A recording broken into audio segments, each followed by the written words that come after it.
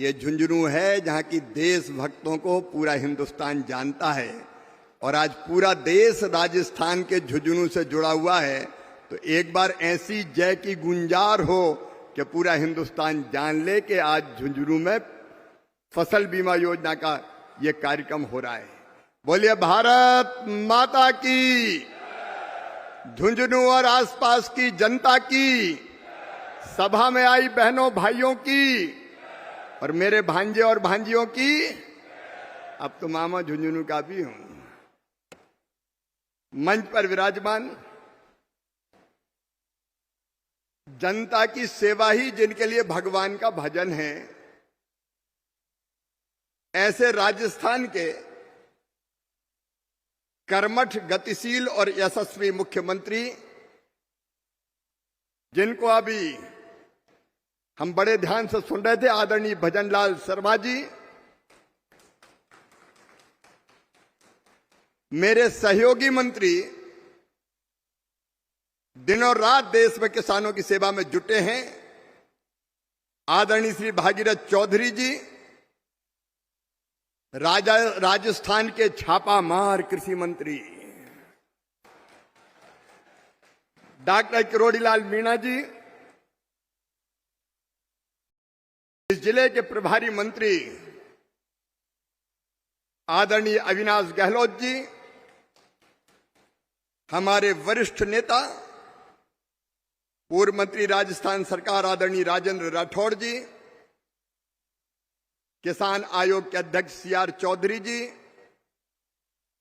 जिले की हमारी अध्यक्ष और जिला प्रमुख बहन श्रीमती हरतनी कुल्हारे जी, झुंझुनू के विधायक, रिकॉर्ड बन गया भाई, पहले तो कभी जीते नहीं थे यहां, इस बार 45,000। आदरणीय राजेंद्र सिंह जी, नवलगढ़ के हमारे विधायक भाई विक्रम सिंह जाखल जी, खेतड़ी के हमारे विधायक आदरणीय धर्मपाल सिंह जी, धौन के हमारे विधायक गोवर्धन शर्मा जी, खंडेला के आदरणीय विधायक श्री सुभाष मिल जी, चुरू के हमारे आदरणीय विधायक हरलाल सहारण जी,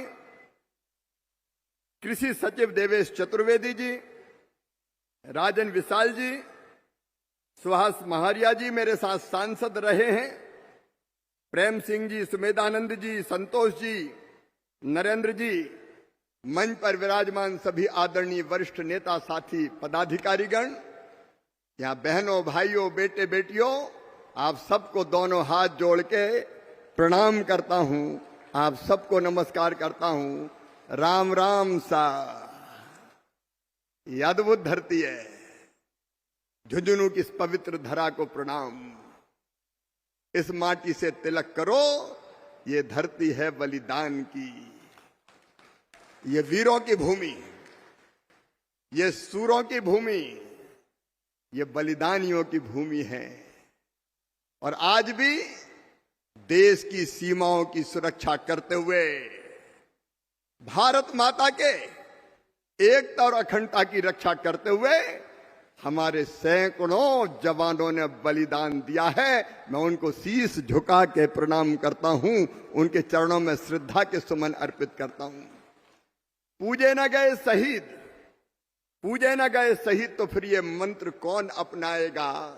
तोपों के मुंह से कौन अकड़ छातियां अपनी अड़ाएगा?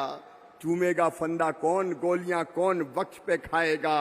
अपने हाथों अपने मस्तक फिर आगे कौन बढ़ाएगा? पूजे न गए शहीद, तो फिर ये मंत्र कहां से आएगा? धरती को मां कहकर माटी माथे से कौन लगाएगा? इसलिए सभी बलिदानियों को बारंबार प्रणाम।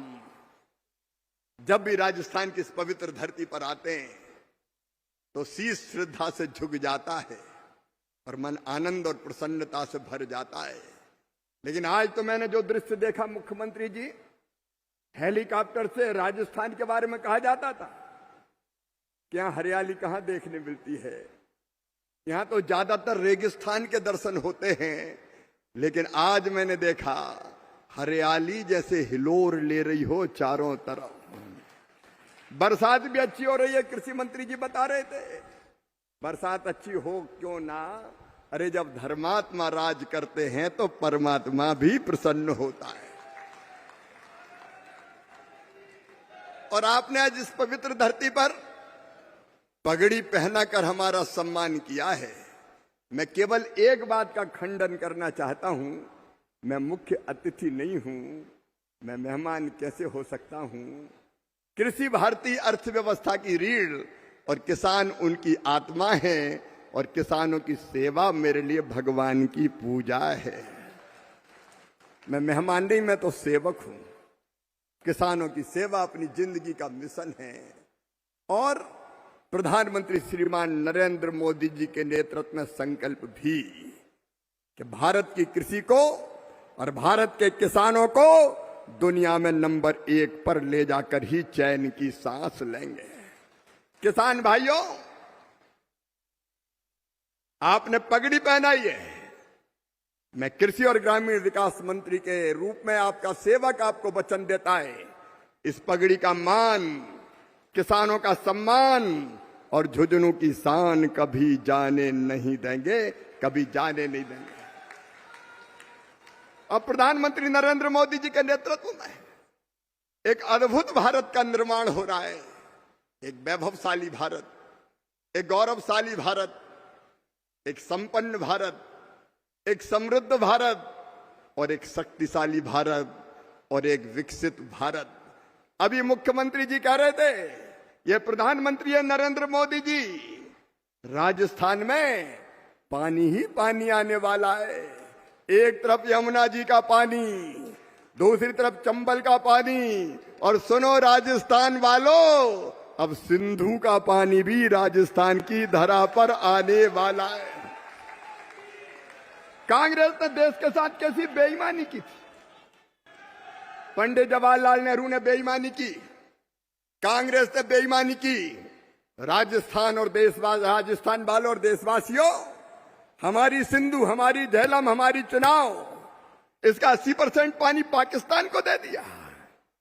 हमारा पानी पाकिस्तान जाएगा और राजस्थान में सूखा रहेगा।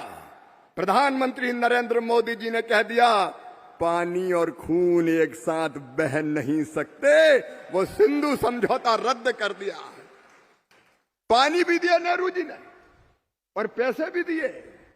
नहरें पाकिस्तान में बने और वहां से आतंकवादी आए और निर्दोष नागरिकों की पहलगांव में हत्या करें। हमारे 26 निर्दोष नौजवान मार दिए गए। धर्म पूछ पूछ के मारा, धर्म पूछ पूछ के मारा। पत्नी के सामने पति को गोलियों से भून दिया गया। बाप की हत्या बेटे के सामने कर दी गई। और तब हमारे प्रधानमंत्री नरेंद्र मोदी जी ने कहा था, दुनिया के दूसरे छोर तक भी आतंकवादियों पीछा करेंगे और ऐसी सजा देंगे कि दुनिया याद रखेगी, दुनिया याद रखेगी। और मेरे बहनों और भाइयों, ज्यादा दिन न हुए, आतंकवादियों के आकाओं के अड्डे सटीक निशाना लगाकर खंडहर में परिवर्तित कर दिए। उनने हमारे 26 निर्दोष नागरिकों को मारा। हमने आतंक के आकाओं की लाशों के ढेर पाकिस्तान में लगा दिए। और जब पाकिस्तान ने हिमाकत की, ड्रोन भेज रहा है हमला करने के लिए, मिसाइल भेज रहा है, ड्रोन मिसाइल, लेकिन उन ड्रोन मिसाइल को बच्चों के खिलौने की तरह हमारी सेना ने टपका दिया, पता ही नहीं चला कहां चले गए। और पाकिस्तान के एयरवेस को गड्ढों में तब्दील कर दिया, परिवर्तित कर दिया। और जब पाकिस्तान को यह लगा कि भारत तो हमारे परमाणु ठिकानों को भी नहीं छोड़ेगा, तो घुटनों पे आ गया और बोलने लगा, त्राहिमाम त्राहिमाम त्राहिमाम, अब हमला मत करो, बात करो, बात करो, बात करो। कोई तीसरा देश नहीं था, केवल भारत और पाकिस्तान के बीच बात हुई। और जब कोई शरण में आ जाए तो यह भारत की परंपरा है, फिर हम उस पर हमला नहीं करते। और तब हमने हमला रोका। लेकिन मेरे बहनों और भाइयों, मोदी जी ने कहा था किसी भी कोने में चले जाएं, आतंकवादियों को छोड़ेंगे नहीं जिन्हें निर्दोषों की हत्या की है। और उनके परिजनों ने कहा था जिनकी हत्या हुई कि गोली मारना तो सीधे सिर में मारना, सीधे सिर में मारना। आज मुझे कहते हुए गर्व है कि कश्मीर में जब वो आतंकवादी मिले, उनके पीछे लगे थे, गृह मंत्री जी के नेतृत्व में हमारी पुलिस, हमारी सेना लगी थी। और बहनों और भाइयों, आतंकवादियों की दोनों आंखों के बीच में गोलियां मारकर उनकी जीवन लीला समाप्त करके हमने बदला लेने का काम किया। ऑपरेशन महादेव। एक बार बोलिए हर हर महान। ये आज का भारत है बहनों और भाइयों, जो दुनिया की आंखों में आंख मिला के बात करता है। और दुनिया सुन ले, पाकिस्तान भी सुन ले, सिंधु समझौता रद्द हो गया है। अब एक बूंद पानी नहीं देंगे, पानी राजस्थान आएगा, मेरे किसानों के खेतों में फसलें लहलहाएगी। देश बदल रहा है, आगे बढ़ रहा है। और किसान भाइयों, आपकी सेवा में भी कोई कसर नहीं है। मैं जानता हूं दिन और रात मेहनत करते हैं आप, खून और पसीना एक करते हैं। अकेले मेहनत नहीं करते, पूरा परिवार मेहनत करता है। लेकिन कई बार कभी बाढ़ से, बरसात से, कभी सूखे से, कभी पाले से आपकी फसलें नष्ट और बर्बाद हो जाती है। कांग्रेस ने कैसी फसल बीमा योजना बनाई थी? कांग्रेस की फसल बीमा योजना में बीमा की इकाई होती थी ब्लॉक, तहसील। मतलब क्या था? मतलब यह था कि एक किसान की फसल बर्बाद हो जाएगी तो राहत की राशि नहीं देंगे, एक गांव की बर्बाद हो जाएगी नहीं देंगे, 10 गांव की बर्बाद हो जाएगी नहीं देंगे। जब पूरे तहसील की फसल बर्बाद हो जाए तब राहत की राशि देंगे। अरे किसी किसान की, एक गांव की, 10 गांव की फसल बर्बाद हो जाए तो वो भगवान से प्रार्थना करे कि हे भगवान सबकी बर्बाद करवा दे, क्योंकि जब तक सबकी बर्बाद होगी नहीं होगी हमें पैसा मिलेगा ही नहीं। शर्म नहीं आती कांग्रेस को? यह कोई फसल बीमा योजना थी? देशवासियों, किसान बहनों और भाइयों, प्रधानमंत्री नरेंद्र मोदी जी के नेतृत्व में हमने ऐसी फसल बीमा योजना बनाई है कि एक गांव के किसानों की फसल भी खराब होगी तो राहत की राशि देंगे। और अब एक परिवर्तन और आदरणीय मुख्यमंत्री जी, कृषि मंत्री जी, हमने किया है कि एक किसान की फसल भी बर्बाद होगी तो राहत की राशि उसके खाते में डाली जाएगी, उसके खाते में डाली जाएगी। राहत के नाम पे ये मजाक करते थे।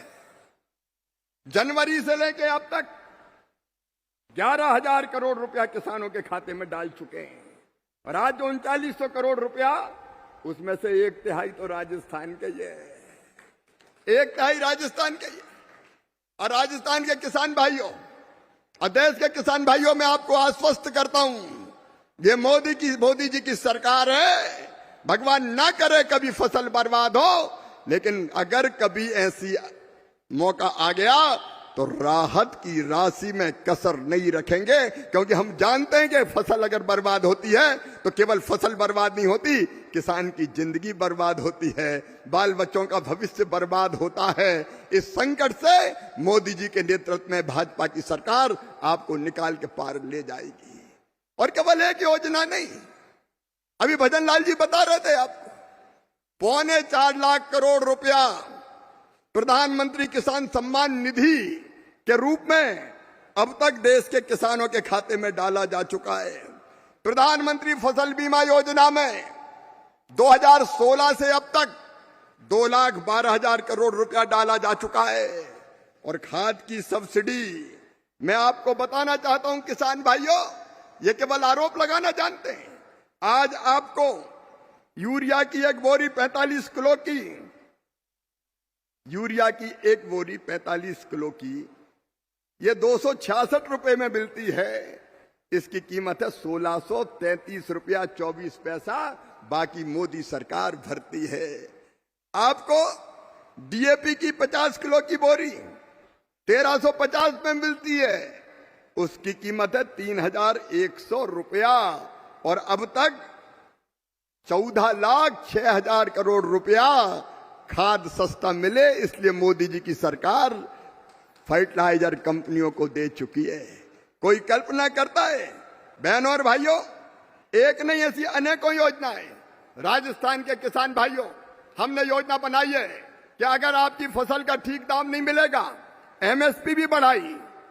मोदी सरकार ने, मोदी जी के नेतृत्व में तय किया कि जो लागत किसान की आएगी उसमें 50% मुनाफा जोड़कर ही हम एमएसपी तय करेंगे। कभी कांग्रेस ने नहीं दी। हम 50% लागत पर मुनाफा जोड़ के एमएसपी तय कर रहे हैं और एमएसपी पे खरीद भी रहे हैं। माननीय मुख्यमंत्री जी यहां बैठे, आपकी जानकारी, मूंग के मिनिमम सपोर्ट प्राइस की कीमत में कितना अंतर है? 2000 रुपया कुंटल।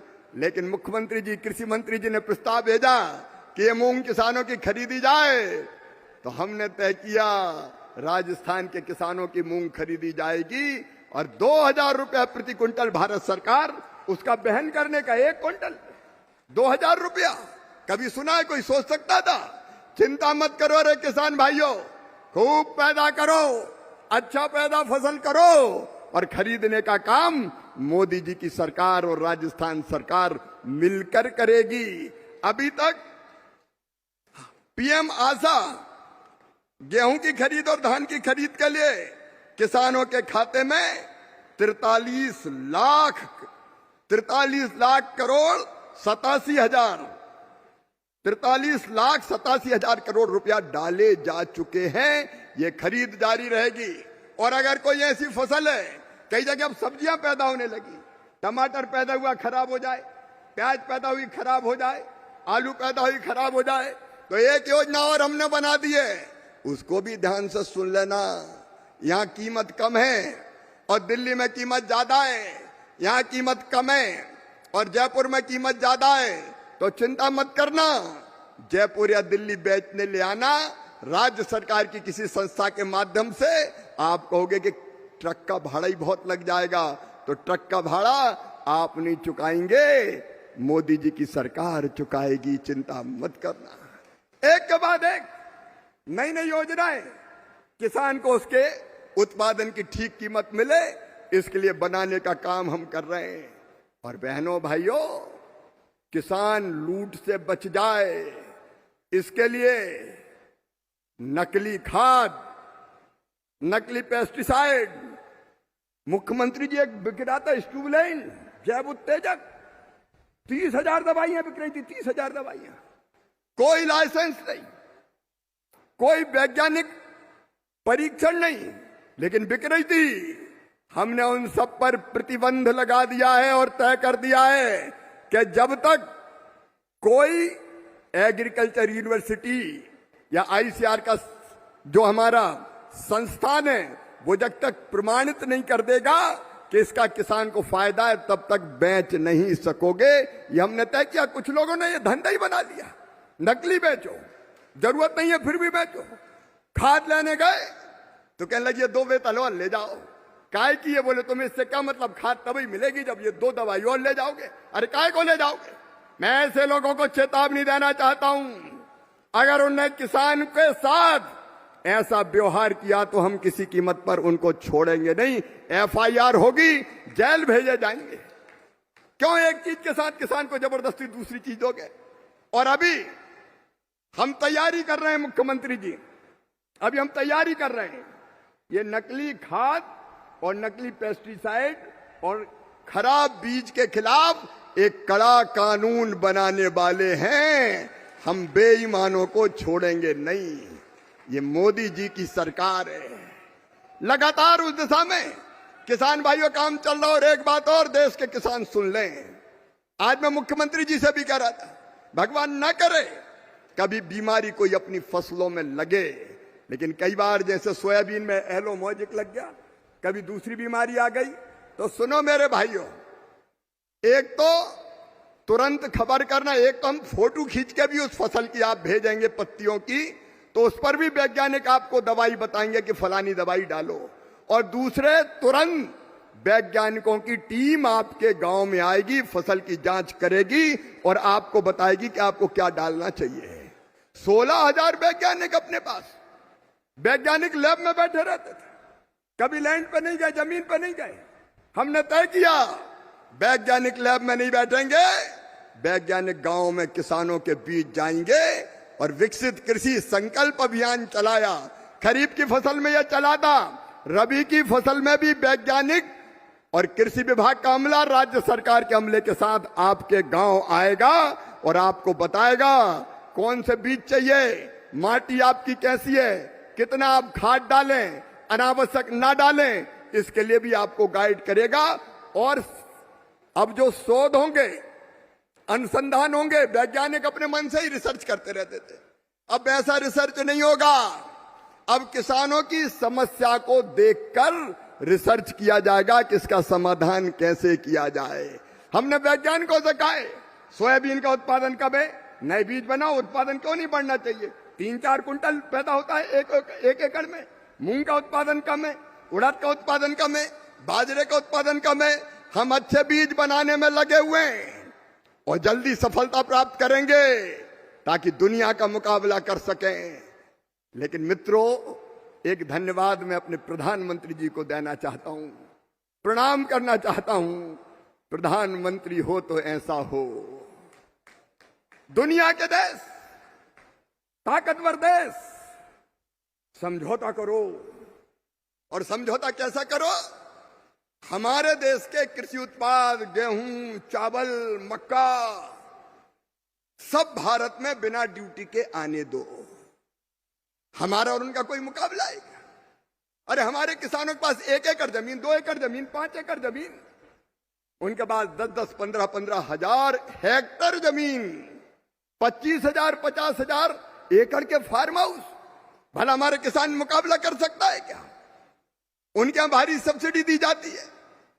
अगर वो अनाज किसान भाइयों आपके यहां आ जाता, अपने देश में आ जाता, तो हमारी फसलों की कीमत बहुत गिर जाती और हमारा किसान बर्बाद हो जाता।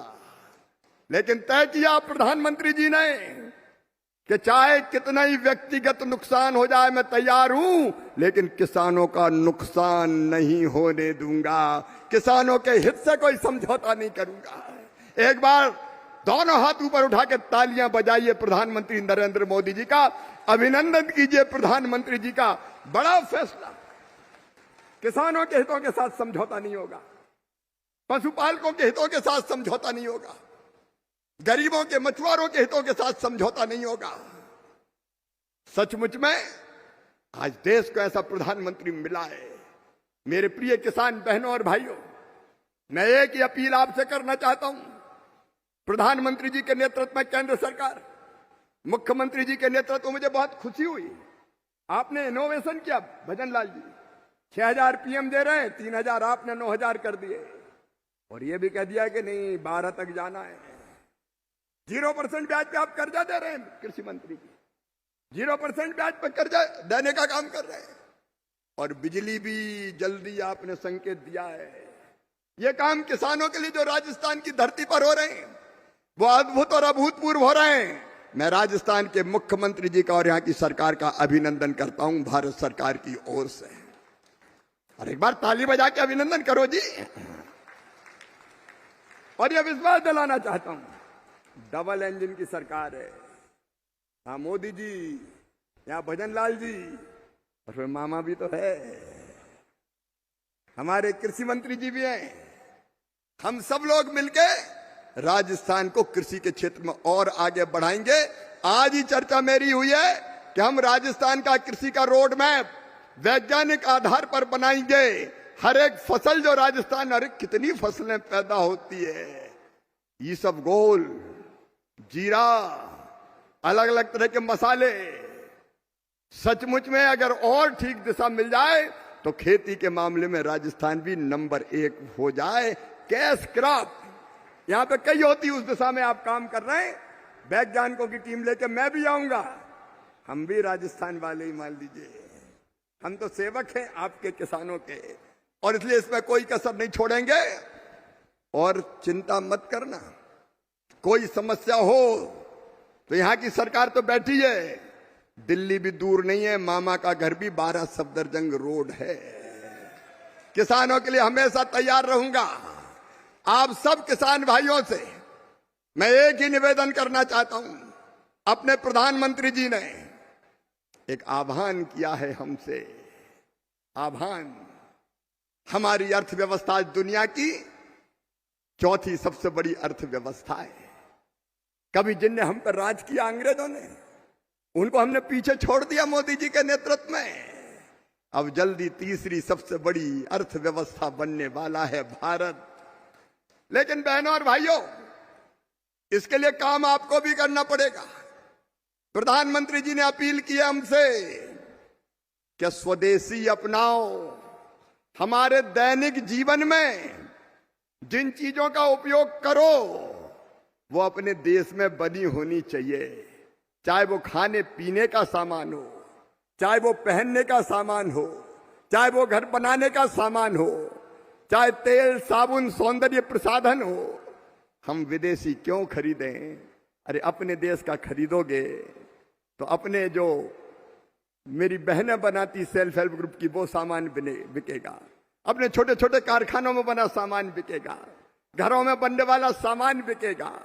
और वो बिकेगा तो हमारे लोगों को रोजगार भी मिलेगा और हमारा पैसा हमारे देश में रहेगा। बताओ, अपना पैसा अपना देश में रहना चाहिए कि नहीं? एक बार जोर से बोल के बताओ, रहना चाहिए कि नहीं? हमारा पैसा क्यों विदेश जाए?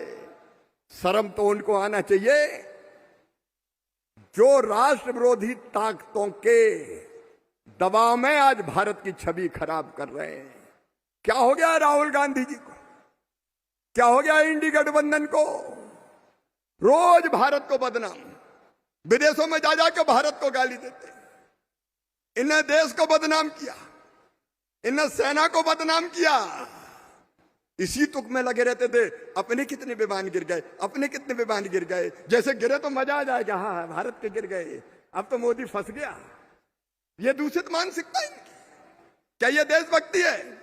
इन्हें देश को बदनाम किया, इन्हें लोकतंत्र को बदनाम किया, इन्हें सेना को बदनाम किया, अरे इन्हें राष्ट्रपति को बदनाम किया, इन्हें पहले ईवीएम को बदनाम किया कि राजस्थान में, मध्य प्रदेश में, छत्तीसगढ़ में मशीन में जीत गए, मशीन में गड़बड़ कर दी। अरे मशीन में कहीं गड़बड़ होती है क्या? और जब पता चला, चुनाव आयोग ने कहा एफिडेविट लाओ, सुप्रीम कोर्ट ने फटकार लगाई तो भाग गए। अब ईवीएम नहीं, अब कहने लगे वोटर लिस्ट में गड़बड़, वोटर लिस्ट में गड़बड़, वोटर लिस्ट में गड़बड़, वोटर लिस्ट में गड़बड़। खुद में दम है नहीं। राजस्थान को बर्बाद कर दिया, पिछली सरकार ने तबाह कर दिया राजस्थान को। और अब जब जनता ने पूरी तरह धराशायी कर दिया तो voter list, voter list, voter list. कब तक रोते रहोगे? अच्छा, वोटर लिस्ट में गड़बड़ है तो ये बताओ, कर्नाटक में तुम्हारी सरकार वोटर लिस्ट की गड़बड़ी के कारण बनी है क्या? तेलंगाना में तुम्हारी सरकार वोटर लिस्ट की गड़बड़ी के कारण बनी है? झारखंड में हेमंत सोरेन की सरकार वोटर लिस्ट की गड़बड़ी से बनी है? हिमाचल में सुक्खू सरकार वोटर लिस्ट की गड़बड़ी से बनी है? और राहुल गांधी, तुम जीते हो तो क्या वोटर लिस्ट की गड़बड़ी से जीते हो? प्रियंका गांधी वोटर लिस्ट की गड़बड़ी से जीती है, अखिलेश यादव वोटर लिस्ट की गड़बड़ी से जीते हैं, तेजस्वी यादव वोटर लिस्ट की गड़बड़ी से जीते हैं, ओवैसी वोटर लिस्ट की गड़बड़ी से जीते हैं, स्टालिन वोटर लिस्ट की गड़बड़ी से जीते हैं, ममता बनर्जी की सरकार वोटर लिस्ट की गड़बड़ी से बनी है। अरे मत उड़ाओ लोकतंत्र की धज्जियां, मत करो देश को शर्मसार, नाटक नौटंकी बंद करो। तुम देश में अराजकता का माहौल पैदा करना चाहते हो, लेकिन याद रखना, मोदी भारत के प्रधानमंत्री हैं, उनके नेतृत्व में पूरा देश आज नरेंद्र मोदी के पीछे खड़ा हुआ है। पूरा देश मोदी जी के साथ खड़ा हुआ है। और इसलिए मोदी जी ने जो संकल्प लिया है, जो आह्वान किया है कि हम स्वदेशी वस्तुओं का उपयोग करेंगे, मोदी जी आपके पीछे पूरा जमाना खड़ा है। और हम भी संकल्प ले रहे हैं कि हम अपने जीवन में लगने वाली रोजमर्रा की चीजें अब विदेशी नहीं खरीदेंगे, स्वदेशी खरीदेंगे। स्वदेशी अपनी बनी, अपने आसपास बनी, अपने जिले में बनी, अपने राजस्थान में बनी, अपने देश में बनी, स्वदेशी खरीदेंगे। बोलो स्वदेशी खरीदोगे? एक बार जोर से बताओ, स्वदेशी खरीदोगे? पीछे तक बताओ, स्वदेशी खरीदोगे? हाँ मोदी जी, ये राजस्थान कह रहा है हम स्वदेशी खरीदेंगे, स्वदेशी हमारे देश को मजबूत बनाएंगे। मेरे बहनों और भाइयों, इस बार स्वतंत्रता दिवस भी हमारा स्वदेशी के रंग में रंग जाए। स्वतंत्रता दिवस स्वदेशी के रंग में रंगे। गणेश उत्सव आ रहे हैं, गणेश उत्सव की झांकियों में स्वदेशी का संदेश हो। दुर्गा मैया के पंडाल सजे, शक्ति की पूजा हो तो स्वदेशी का उद्घोष हो। दिवाली मनाए, दशहरा मनाए या कन्हैया की जन्माष्टमी मनाए तो जैसे उनने कह दिया था, इंद्र की पूजा मत करो, गोवर्धन को पूजो, क्योंकि वो हमको सब कुछ दे रहा है, इसलिए हम स्वदेशी का उपयोग करेंगे। इसलिए कार्यक्रम के अंत में मेरे साथ आप खड़े होकर संकल्प लेंगे कि हम स्वदेशी वस्तुओं का उपयोग करेंगे और मोदी जी आपके साथ खड़े हैं। बोलिए सब तैयार हैं? तो अपने अपने स्थान पर खड़े हो जाएं। पीछे भी अपने अपने स्थान पर सब खड़े हो जाएं और मेरे साथ स्वदेशी का ये संकल्प भारत माता की जय बोल के लेंगे। भारत माता की, मैं जो कहूंगा दोहराएंगे। हम संकल्प लेते हैं कि अपने दैनिक जीवन में उपयोग होने वाली चीजों को वही खरीदेंगे जो भारत में बनी हो। हम स्वदेशी का उपयोग करेंगे और दूसरों को भी स्वदेशी का उपयोग करने के लिए प्रेरित करेंगे। बोलिए भारत माता की, भारत माता की, भारत माता की।